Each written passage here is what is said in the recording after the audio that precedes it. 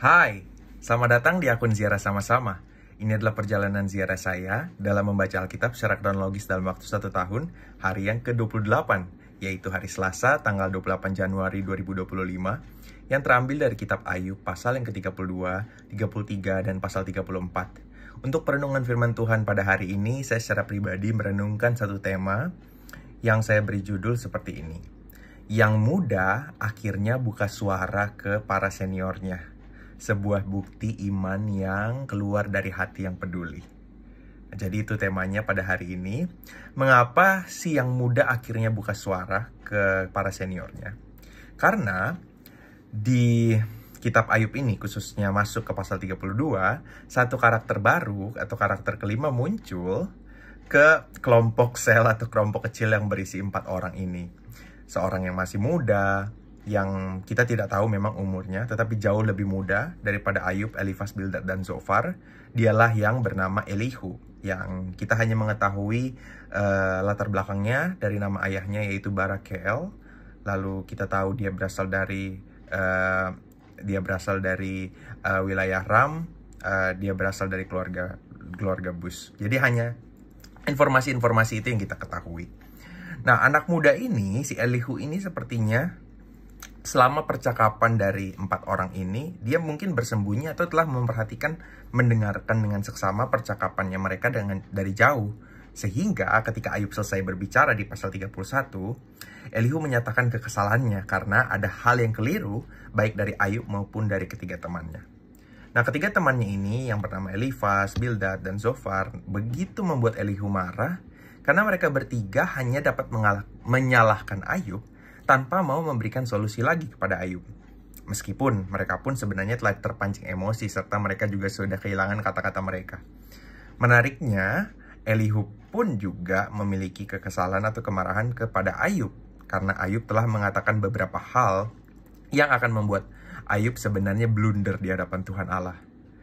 Jadi kepedulian Elihu sebenarnya di sini begitu terlihat, yang mana di pasal ke-32 ia sebutkan bahwa semua yang ingin dia katakan sudah terkumpul di dadanya yang dia siap untuk keluarkan dari mulutnya. Jadi ini dicatat di pasal 32 ayat 20. Dan bahkan Elihu berani untuk memberikan klarifikasi, memberikan disclaimer bahwa dia tidak sama sekali mencari muka atau menyanjung siapapun. Dia tidak cari pembenaran. Jadi dia tulus, murni ingin memberitakan kebenaran, memberitakan penghiburan bagi Ayub dan juga bagi ketiga temannya Ayub. Nah, apa yang indah menurut saya, yang saya pelajari dari Elihu, yang saya dapatkan dari Elihu, yaitu bahwa apa yang ia percayai tentang Allah selalu dia hubungkan dengan keberadaan Roh Allah, atau yang sekarang kita kenal sebagai Allah Roh Kudus, yang merupakan sahabat kita yang sejati, yang ada dalam tubuh orang-orang percaya. Nah, motivasi Elihu untuk berbicara adalah pasal 32 ayat 8. Karena roh atau nafas yang maha kuasalah yang mendapat memberikan pengertian. Nah, akhirnya hikmat sejati bagi Elihu dapat juga keluar dari dirinya yang masih muda selama ia dekat dengan Tuhan. Hikmat bukan hanya dimiliki oleh orang-orang yang telah hidup lama, tetapi dimiliki oleh orang yang dekat dengan Tuhan. Karena Elihu berani berbicara, berarti Elihu yakin bahwa ia benar-benar dekat dengan Tuhan dan tidak akan menghujat namanya dan tidak akan memanipulasi namanya. Nah, selain itu, Elihu memberi penegasan di pasal 33 ayat 4, di pasal 34 ayat 14, bahwa Elihu 3 kali menegaskan apa yang dia percaya tentang Roh Allah. Yaitu Roh Allah yang selalu memberi hidup bagi dirinya dan juga semua manusia. Dan Roh Allah yang sama juga, jika Tuhan Allah memutuskan untuk menarik kembali, untuk menghentikan belas kasihannya terhadap dunia ini, dengan menarik Roh Allah tersebut, maka seluruh alam semesta akan berhenti bekerja dan binasa. Nah, jadi bayangkan, ini saya begitu amazed, jujur, begitu amazed dan bersyukur ada seorang anak muda yang dari ketiga pasal dari semua yang dikatakannya menancapkan dasarnya itu pada Roh Allah, pada Allah Roh Kudus ya, yang saat itu belum disebut Allah Roh Kudus tapi Roh Allah. Nah, jadi manusia yang hidup berdasarkan arahan Roh Allah akan berpikir lebih jernih, akan menyampaikan pengajaran-pengajaran secara lebih berhikmat dan bertanggung jawab.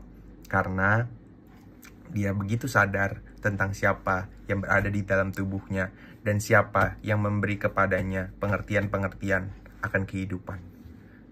Puji Tuhan, sungguh luar biasa Elihu ini. Nah, jadi dengan kesadaran akan adanya roh Allah dalam diri Elihu dan dalam diri setiap orang yang dia ketahui, maka Elihu menyampaikan 3 kesalahan dari Ayub. Kesalahan pertama di pasal 33 ayat 13. Ayub sempat meragukan Allah yang bagi Ayub saat itu belum tentu akan menjawab Ayub. Kesalahan kedua di pasal 34 ayat 5, yang mana Ayub sempat menuduh Allah yang telah mengambil hak-hak yang dimiliki oleh Ayub. Padahal kita tahu bahwa Ayub selalu punya waktu untuk berbicara kepada Tuhan secara privat, tetapi malah dia pakai untuk menerima masukan-masukan negatif dari Elifas, Bildad, dan juga Zofar. Nah, keraguan itu adalah sebenarnya selalu pintu masuk yang luas, pintu masuk yang lebar bagi si jahat untuk dapat mengganggu pikiran orang-orang yang percaya, dan bahkan membuat orang-orang percaya melakukan hal-hal yang tidak seharusnya dilakukan, mengatakan hal-hal yang tidak seharusnya dikatakan, dan berpikir hal-hal yang seharusnya tidak dipikirkan. Nah, itu kesalahan kedua dari Ayub. Jadi Elihu telah melihat terhadap kesalahan yang kedua ini, Elihu telah melihat dengan mata kepalanya sendiri, pasal 32 ayat 25, bahwa Tuhan selalu dapat mengembalikan kondisi orang percaya. Kondisi orang percaya yang bahkan sekarat sekalipun, hampir masuk ke dunia orang mati. Dari kesekaratan itu, dari keterpurukan itu, maka Tuhan bisa mengubahnya menjadi kehidupan baru, yang segar seperti orang-orang muda, yang bersuka cita kembali, yang mendapatkan cahaya atau tuntunan hidup yang lebih terang dari sebelumnya. Elihu melihat Tuhan bekerja terhadap beberapa orang dengan secara luar biasa seperti itu. Nah, lalu terhadap 4 orang nih sekarang, bukan hanya kepada Ayub, tetapi kepada Elifas, Bildad, dan Zofar juga, yang sempat meragukan keadilan Tuhan. Elihu juga tidak lelah mengingatkan mereka di pasal 34 bahwa Allah tidak akan pernah berlaku curang. Allah selalu mengganjar setiap orang melalui perbuatan mereka dengan sangat-sangat adil. Jauh di atas standar keadilan manusia manapun, termasuk standar keadilan mereka berlima. Nah, bahkan Elihu yakin ketika mata Allah ada di segala tempat, ada pada setiap manusia, maka tidak ada satupun kondisi ketidakadilan yang dilupakan atau ditutup mata oleh Tuhan. Nah, jadi mereka berempat dapat diingatkan melalui Elihu bahwa waktu yang terbaik untuk seseorang dapat berbincang-bincang dengan Allah sekalipun, itu adalah haknya Allah. Itu adalah Allah yang mengaturnya, yang membuat agenda, yang membuat appointment dari pertemuan Allah atau dari apa yang Allah mau katakan kepada manusia, itu sepenuhnya Allah yang bikin. Bukan haknya manusia, apalagi haknya Ayub saat itu, yang seakan-akan sudah stop berbicara dan dia yakin pada momen itu bahwa setelah dia stop, maka Allah akan langsung berbicara, langsung membalas percakapannya. Nah, jadi manusia yang benar-benar takut akan Tuhan, seharusnya nih yang saya pelajari, hanya memposisikan diri saja untuk sedekat mungkin dengan telinga Allah, sedekat mungkin dengan tahta kasih karunia Tuhan. Bukannya mengatur Tuhan sebagaimana yang diagendakan oleh Ayub, oleh Elifas, oleh Bildad, dan juga oleh Zofar. Nah, jadi di sini saya benar-benar belajar bahwa dengan dekat dan bergaul karib dengan roh Allah, keberanian untuk menyuarakan kebenaran akan muncul, kecakapan dalam memberikan penguatan pada orang lain juga akan muncul. Tuhan dapat pakai siapapun yang dekat dengannya untuk melakukan segala sesuatu yang Tuhan kehendaki. Ayub saat itu telah menunggu Tuhan untuk berbicara secara langsung, tetapi Tuhan berkehendak lain. Tuhan utus dan menggerakkan hati seorang anak muda yang mungkin jauh lebih muda daripada Ayub untuk berbicara lebih dulu. Tuhan selalu tahu yang terbaik, dan Tuhan pun tahu yang paling baik. Puji nama Tuhan.